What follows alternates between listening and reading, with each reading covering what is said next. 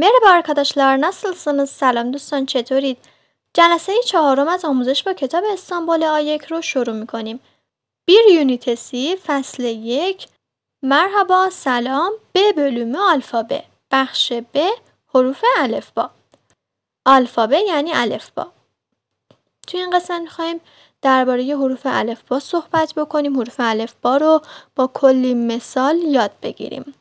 قبل از این من حروف الفبا رو براتون معرفی بکنم. حروف الفبای ترکی استانبولی 29 حرف داره. 8 حرفشون صدادار یا حروف مصوت هستن و 21 یعنی مابقی حروف هم حروف بی صدا یا صامت ها هستن. Dil bilgisi, gramer, دستور زبان. Türkçe'de 29 harf vardır. اینجا نوشته که ترکچه‌ده در زبان ترکی 29 حرف vardır. 29 حرف هست. زبان ترکی 29 حرف داره. Bunların 8'i ünlü harf, 21'i ünsüz harftir. میگه که 8 از این حروف صدا دارن، ünlü یعنی صدادار و 21 حرف دیگه بی صدا هستن. ünsüz یعنی بی صدا. خب پایین هم میبینید که 29 حروف الفبای ترکی استانبولی رو از آ تا ز براتون نوشته. از روش میخونیم ما. دوستان یادگیری این حروف الفبا خیلی مهمه. ما بیشتر این حروف رو توی زبان فارسی و زبان انگلیسی داریم. مثل زبان انگلیسی مینویسیم اما مثل زبان فارسی تلفظ میکنیم. فقط چند تا از حروفشون استثنایی که فقط توی زبان ترکیه هستش. برای همین گوش بدید از اول تا آخر که من میخونم و تلفظ میکنم، چون تلفظ بعضی از حروف خاصشون خیلی مهمه. الان سمت راست مثال داره. آ مثل آرکاداش. آرکاداش یعنی دوست. قبل از اینکه بخوایم این مثالا رو بزنیم بهتون بگم که نوشتن کلمات و جملات ترکی و همینطور خوندن این کلمات و جملات ترکی خیلی راحته. یعنی چی؟ هر چیزی که شما میگید دقیقاً همونو مینویسید. حروف الفبا رو اگر کامل یاد بگیریم، با تلفظش هم آشنا باشیم، خیلی برامون آسون میشه.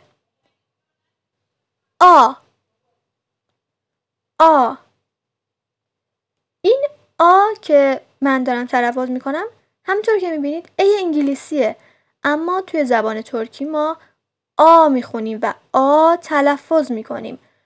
دیگه ما اینو او، ا مثل زبان فارسی خودمون تلفظ نمی کنیم. آ همیشه صدای آ میده. حرف بعدی ب صدای ب میده، مثل بابا یعنی بابا. آرکاداش یعنی دوست، بابا یعنی بابا. ج صدای ج میده. همطور که میبینید سی انگلیسی هست ولی صدای ک س نمیده مثل زبان انگلیسی. همیشه صدای ج میده. مثل جویز یعنی گردو. چه صدای چ میده. مثل çocuk یعنی بچه. çocuk. د صدای د میده. مثل درس یعنی درس. حرف بعدی ا صدای و ا میده. اینکه چه موقع صدای بده چه موقع صدای بده مشخص نیستش. بعضی از دوستان میگن که ما چطوری متوجه بشیم این حرف رو توی کلمه کجا تلفظ کنیم کجا تلفظ کنیم. این هیچ قاعده ای نداره و به مرور زمان یاد میگیرید. انقدر این اصطلاحات رو میشنوید متوجه میشید که کجا بگید کجا بگید. مثل او یعنی خانه. من کلمه قبلی رو درس تلفظ کردم. درس. این رو تلفظ کردم. درس نگفتم، درس هستش. کلمه بعد از ف. ف. صدای ف میده مثل فاره، یعنی موش. فاره. گ. گ. صدای گ میده مثل گل. گل یعنی گل رز. گل فقط گل رز هست، به معنی گل نیست، فقط به گل رز میگیم گل. یوموشاک. یوموشاک. این گی که بالاش یک علامت داره رو ما یوموشاک میگیم، یعنی گی نرم.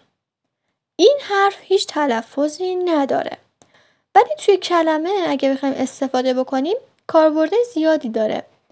مثلا اگر حرف قبلش حرف صدادار باشه، یعنی یکی از این حروف توی این کادر سبز رنگ باشه، ما این حرف قبلش رو میکشیم.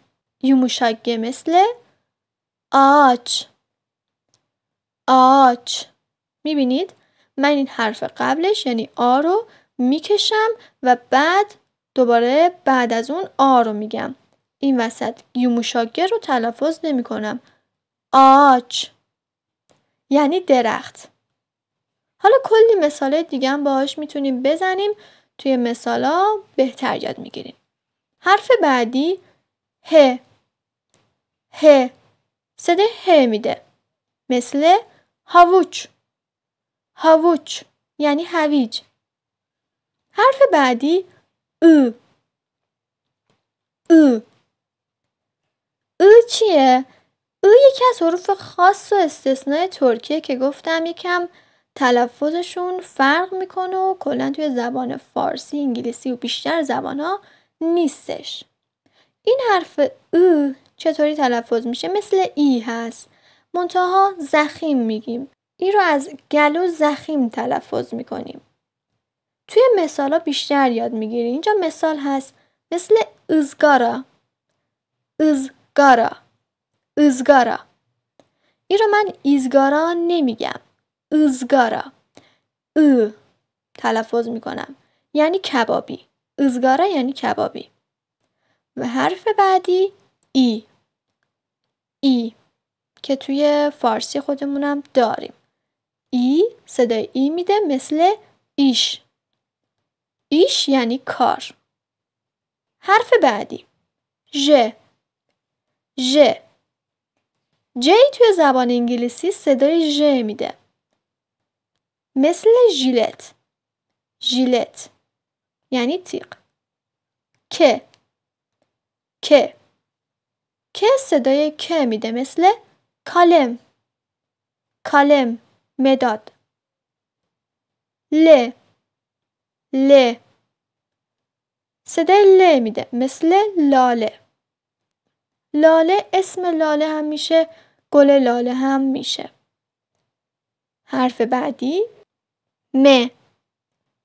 م صدای م میده مثل ماسا. ماسا یعنی میز. نه. نه صدای نه میده مثل نومارا. نومارا یعنی شماره. حرف بعدی هست او. او همونطور که توی کادر سبز قرار گرفته، پس این حرف صدا داره. او صدای او میده که توی زبان فارسی و زبان انگلیسی هم هستش. او مثل اتوبوس. اتوبوس یعنی اتوبوس. اتوبوس رو اتوبوس تلفظ میکنیم. و حرف بعدی، این حرف جزو حروف خاص هست، اویی که بالاش 2 نقطه داره. این حرف چطوری تلفظ میکنم؟ ا میگم. حرف قبلی هست او. او او چه فرقی کرد با هم؟ این چطوری تلفظ میشه؟ از سر گلو میاد، لبا یکم به سمت جلو قنچه میشه و میگیم آره، که توی مثال باز بگم بهتره، مثل öğretmen. öğretmen یعنی معلم. öğretmen. öğretmen نمیگم. میبینید؟ öğretmen نه. öğretmen. توی این کلمه ما یوموشاگر هم داریم. همطور که میبینید من این حرف اصلا تلفظ نکردم. حرف قبلش یعنی ا رو بیشتر کشیدم. öğretmen. خب بعدی پ صدای پ میده. مثل پارا یعنی پول.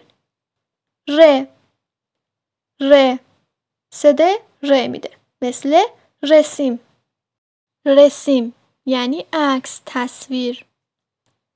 حرف بعدی س صدای س میده. مثل ساچ یعنی مو. ش صدای ش میده. مثل شیشه یعنی بطری. به معنی شیشه هم هست ولی بیشتر معنی بطری میده. شیشه یعنی بطری. ت صدای ت میده. مثل تختا یعنی تخته. حالا هم تخته چوبی هم تخت سیاه و تخت وایت بورد، نه همه معنی میشه. او یو انگلیسی او هستش و صدای او میده. مثل اوچورتما دوتا او پشت سر هم. اوچورتما یعنی بادبادک. و بعدی این او که بالاش دوتا نقطه داره تلفظ میشه. مثل که گفتم از گلو میاد، لبا جلو، قنچه این هم همینطور. او سادش هست، نقطه دارشه. او تلفظ میکنیم. مثل اتو یعنی اتو خودمون. این رو من اتو نمیگم. اتو نه، اتو درسته.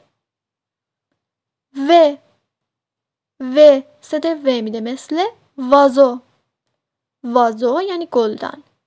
یه صدای یه میده. مثل یمک یعنی غذا. صدای ز میده. مثل زیتون.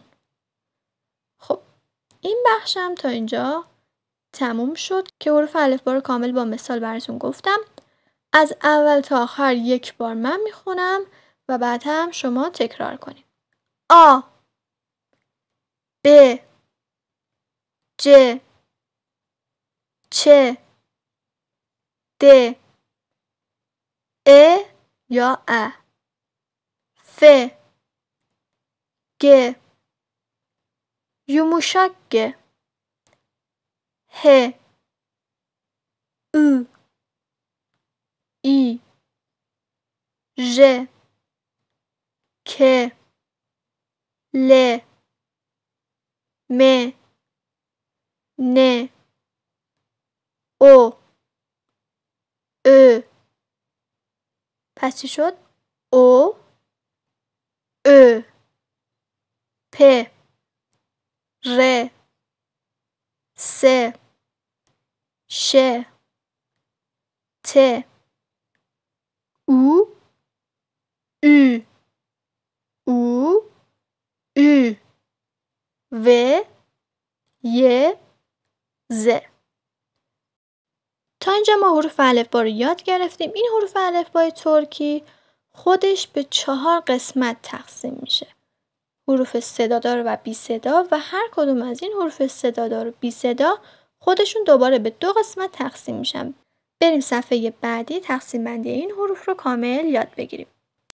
توی این قسمت من براتون تقسیم بندی کاملش رو گذاشتم، چون توی خود عکس کتاب فقط حروف صدادار رو تقسیم کرده، حروف بی صدا رو تقسیم نکرده. من اینجا کامل براتون تقسیم کردم که داشته باشین عکسشو. الفبا، الفبا. حروف الفبا به 2 قسمت ünlüler و ünsüzler تقسیم میشن. ünlüler یا حروف صدادار خودش به دو قسمت کالن و اینجه تقسیم میشه. کالن یعنی زخیم، کلفت، زخیم. حروف زخیم چی هن؟ حروف آ، او، او، او هستن. و حروف اینجه، 4 حروف بعدی حروف اینجه یعنی حروف ظریف هستن. اینجه یعنی ظریف. ا، ای، او، او. این تقسیم بندی حروف خیلی مهمه. ما باید حتما این حروف رو یاد بگیریم. پس این 8 حرف صدا داره که خودش به دو قسمت کالن ها و اینجه ها تقسیم میشه. کالن آ، او، او و اینجه ا، ای، او هستش. حروف بی صدا یا ünsüzler خودش دوباره به دو قسمت تقسیم میشه. حروف سرت و یوموشاک. سرت یعنی حروف سخت. سرت یعنی سخت و یوموشاک یعنی نرم. حروف سخت یا سرت 8 حرف هستش که یادگیریش توی زبان ترکی خیلی مهمه. اینا رو ما باید حتما یاد بگیریم. چ، س، پ، ت، ه، ک، ف، ش. این 8 حرف خیلی مهمه. ما باید حتما این حروف رو توی زبان ترکی یاد بگیریم. برای اینکه بخوایم اینو یاد بگیریم من 2 تا رمز بهتون میدم که شما با هر کدوم که راحت تر هستین با اون یاد بگیرین. رمز اولش رمز فارسی هستش. چسب ته کفش. همونطور که من نوشتم به ترتیب بگیم. چ، س، پ، چسب، ت، ه، ته، ک، ف، ش. کفش. چسب ته کفش یکی از این رمزهاش هستش که فارسیه. رمز دوم ترکیه. فıstıkçı شهاب. فıstıkçı شهاب که من براتون اینجا نوشتم. فıstıkçı ف، س، ت، ک، چ. فıstıkçı ش، ه، پ. شهاب. با هر رمزی که راحت تر هستین براش بذارین و این حروف چسب ته کفش یا فıstıkçı شهاب رو حتما یاد بگیرین. مابقی حروف الفبا یعنی 13 حروف مابقی هم حروف یوموشاک یا نرم هستن. یادگیری اینا مهم نیستش. کاربردی تو زبان ترکی نداره.